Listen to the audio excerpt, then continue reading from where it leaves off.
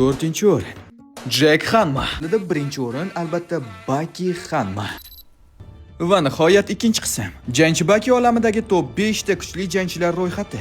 5-o'rin Retsu Kayoh. Retsu kung fu ustasi Xitoyning eng kuchli jangchilaridan biri hisoblanadi. Ro'yxatimning 4-o'rinda bo'lsa, gangsterlar qiroli Hanayama Kaoru. Hanayama juda ham baquvvat va qo'pol kuchga tayanadigan jangchilardan hisoblanadi.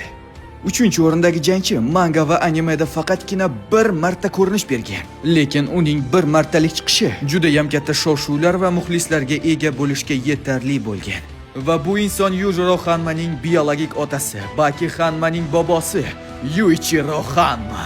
Uni ruhini ko'rgan Yujiro hattoki titroqqa tushib qoladi. Endi esa ikkinchi o'rin. Bu afsonaviy qilichboz Miyamoto Musashi. Musashi Miyamoto Baki Hanmani 7-faslning boshida 2 marta mag'lub etadi. Yujiro Hanma bilan esa deyarli tengma-teng jang qiladi.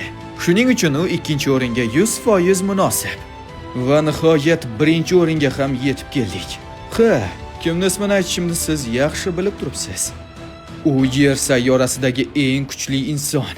Hali biror marta mag'lub bo'lmagan mavjudot. Yujiro Hanma.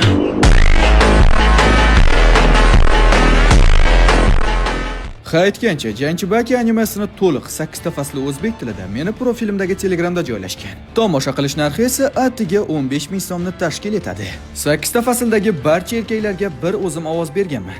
Dublyaj professional darajada emas, lekin tomosha qilishga arziydi.